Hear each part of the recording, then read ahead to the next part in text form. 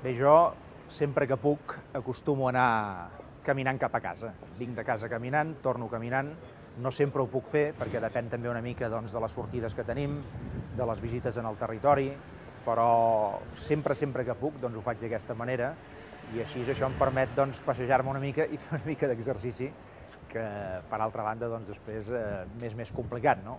I com que diuen que allò que caminar sempre va bé, una estona al dia, doncs procuro practicar-ho i estar una mica més en forma i de manera més, diguem-ne, saludable. No? Bé, dit això, doncs, sortim d'un congrés, el de Convergència, de fa uns pocs dies, i la veritat és que molta gent ha tingut la sensació, de Convergència i fins i tot de fora de Convergència, no? Que realment havia estat un bon congrés.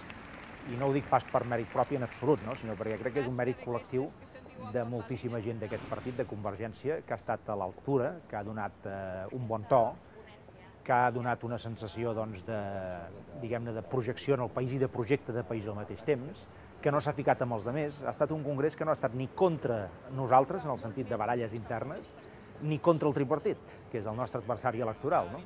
En lloc de ser contra nosaltres o contra els altres, doncs ha sigut un congrés a favor d'una idea de país, d'una idea de Catalunya, d'una manera de fer les coses, d'un to, d'una, diguem-ne, també diguem-ne, manera d'actuar en general. Tot plegat, crec que en aquest sentit podem dir doncs, que s'ha fet una feina correcta, una feina fins i tot molt correcta en molts sentits, i que Convergència es presenta amb aquesta idea de casa gran del catalanisme, que finalment vol dir unir les millors energies del país, els millors esforços, la millor gent, per intentar donar-li la volta a la situació que tenim, que falta fa.